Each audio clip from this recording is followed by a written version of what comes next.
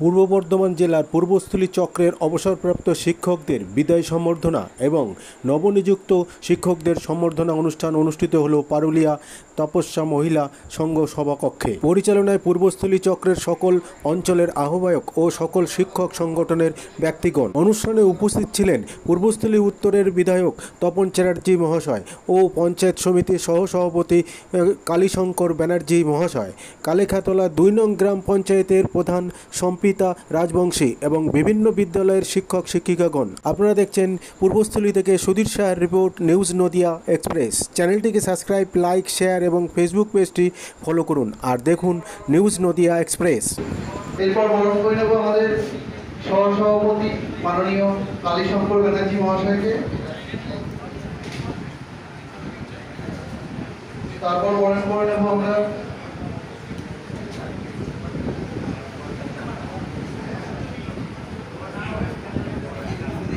মহাশয়। আপনি মঞ্চে আসবেন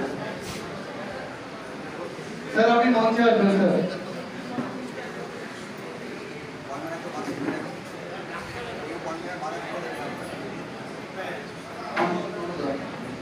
মাননীয় নবকুমার বড় মহাশয়,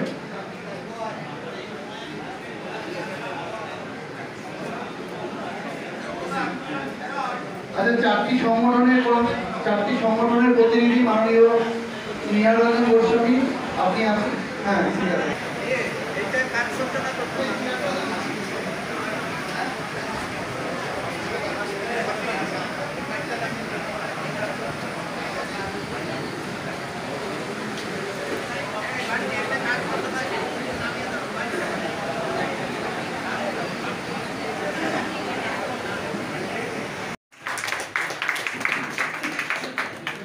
আমার মেয়েকে পড়িয়েছে, ঠিক আছে? আমার মেয়ে আমাকে মাস্টার।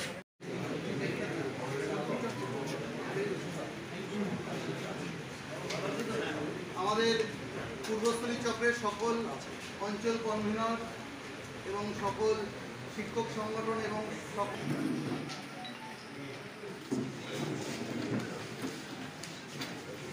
সরে যান।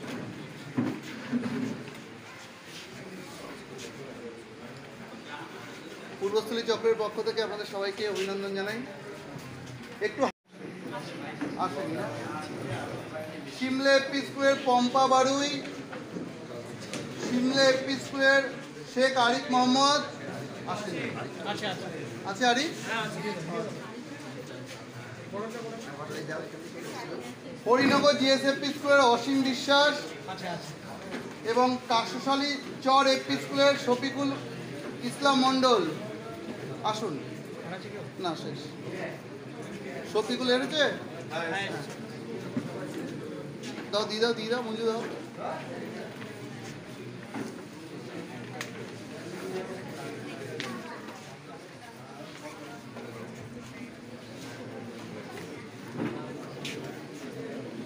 পূর্বস্থলী চক্রের পক্ষ থেকে আপনাদের অভিনন্দন জানাই প্রত্যেককেই।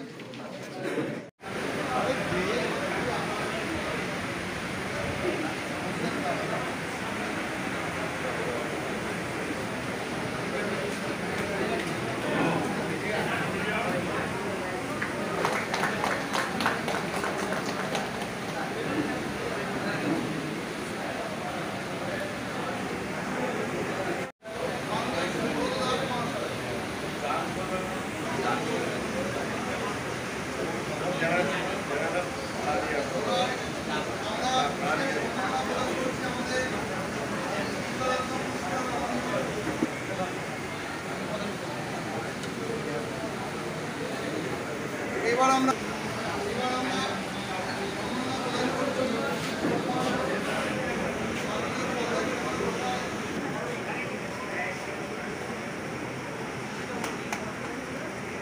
একটু করতালি দেবেন।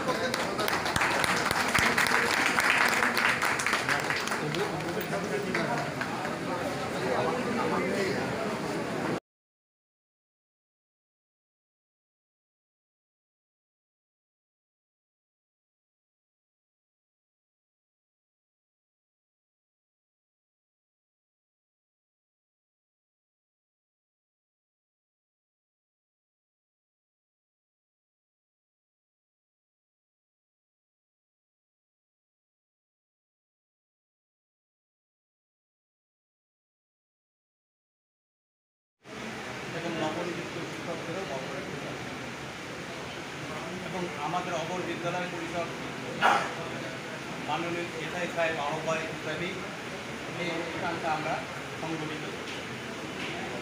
বিশেষ পরিস্থিতিতে আমাদের মাননীয় অপর বিদ্যালয় পরিদর্শক মহাশয়ের সঙ্গে বিভিন্ন সংগঠন আমরা কনভেনাররা আলোচনা করেছি, অনেক আলাদা প্রশ্ন করেছে। এবছর অনুষ্ঠানটা এইভাবে হচ্ছে। উনি যেহেতু ব্যক্তিগতভাবে এই অনুষ্ঠানে আগ্রহী নন, কারণ গতবারও উনি করেছিলেন শিক্ষক শিক্ষিকা ঠিকমতো সবাই ঠিকমতো হাজির থাকে না।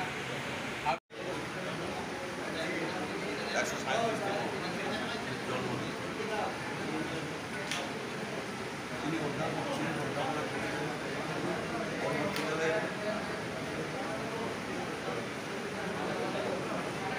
সাতান্ন থেকে 52 সালে একটু আসতে, হ্যাঁ, 52 থেকে 57 থেকে 62 ওনার কাছে যখন গিয়ে বলেছিল ছাত্রছাত্রীরা, বিভিন্ন মানুষরা, উনি ওনার জন্মদিবসে সেই থেকেই আমরা শিক্ষক দিবস পালন করি। সেই সূত্র ধরেই আজকে বিদায়ী সম্বর্ধনা এবং নতুন যারা স্কুলে গান করেছে তাদেরকেও সম্বোধন দায়িত্ব দিয়েছে। এবং আমরা সবাই আছি এখানে।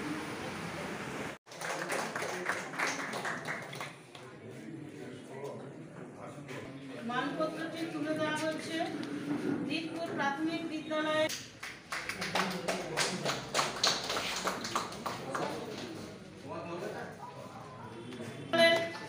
প্রাক্তন কনভেনার ছিলেন।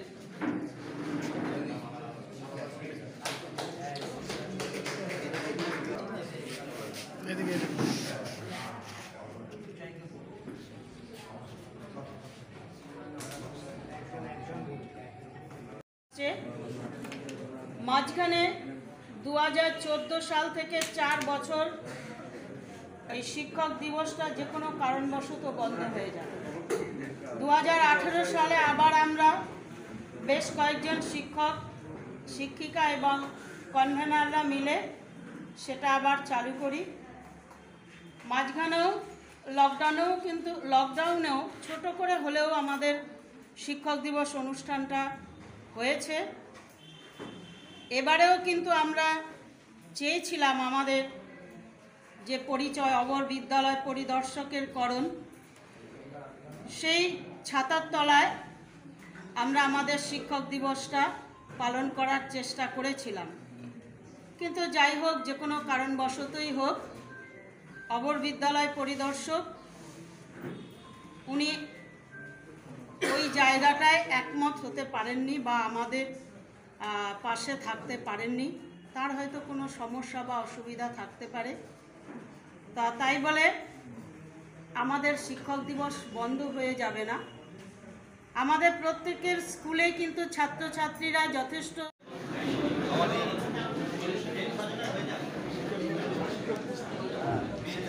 শিক্ষক দিবসে আছে।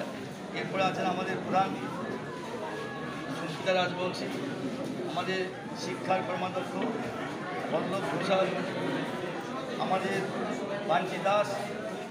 আমি বেশিরভাগ দেখেছি এরা অনেক চিন্তা ভাবনা করে শিক্ষক দিবস নিয়ে, শিক্ষক দেওয়ার জন্য। আমাদের এই সাহেব আছে, উনি আমাদের পুরনো লোক সিরাজ। আর যাই হোক, এবং সর্বোপরি উত্তেজনা আপনার শিক্ষকবৃন্দ যারা জ্ঞানের পাহাড়, জ্ঞানের জাহাজ, তাদের সামনে একটা ক্ষুদ্র ডিঙি নিয়ে ভাষণ দিতে এসেছি। যাই হোক, একজন সুমহান ব্যক্তি আমাদের দেশে জন্মগ্রহণ করেছিলেন, যার প্রত্যেকটি মুহূর্ত ছিল সৃষ্টিশীল কাজের মধ্যে। তিনি অত্যন্ত সুমহান সুসুর ব্যক্তিত্ব সম্পর্কে অধিকারী। সেই মানুষটি যে প্রাচীন ভারতের তপবন শিক্ষা কেন্দ্রিক যে শিক্ষা মুনি হিসেবে গ্রহণ করেছিলেন, সেই শিক্ষাকে তিনি আধুনিকরণের কাজ করতে চেয়েছিলেন, সেই শিক্ষা ব্যবস্থা চালু করার জন্য। সেই মানুষ হচ্ছে সর্বোপরি রাধাকৃষ্ণন। 1888 সালের 5ই সেপ্টেম্বর উনি জন্মগ্রহণ করেছিলেন তামিলনাড়ু তিরুতানি গ্রামে। উনি পৃথিবীতে বিভিন্ন জায়গাতে ভাষণ দিয়ে সমস্ত মানুষের একটা বিরাট সম্মান কুড়িয়েছে, যে বিতর্কতা সাহসা তাকে একটা জ্ঞানের জায়গায় প্রতিষ্ঠিত করেছেন। তিনি মূলত কৃষ্ণের উপর বলতেন, তিনি দর্শনের উপরে বলতেন, দর্শন ছিল তার জীবনে শেষ। এবং তার বিভিন্ন রকম বক্তৃতা আমি দেখেছি, পড়েছি, জানি। তার কথা শুনলে পরে এই যে আমার তপচায় যে কথাগুলো বলছিলেন, দামি কথাই বলছিলেন, এগুলো অভাব কিন্তু আমাদের আধ্যাত্মিক চেতনার জন্য অভাব আছে আমাদের। সত্যমেব জয়তে আমরা পড়েছি, কিন্তু কোন বই থেকে অনেকেই বলতে পারবেন না। সত্যমেব জয়তে পুরো শ্লোকটাকে অনেকেই যায় না, কিন্তু বিভিন্ন জায়গায় সত্যমেব জয়তে লেখা থাকে। সত্যমেব জয় মুন্ডক উপনিষদের ৫৫ নম্বর শ্লোকে আছে, সত্যম এব জয়তে, সত্যমেব জয়ত নাট্য সত্য নেপথিত যেন যেন প্রবর্তিত আত্মকাম সত্য দেবজানা বিরতি।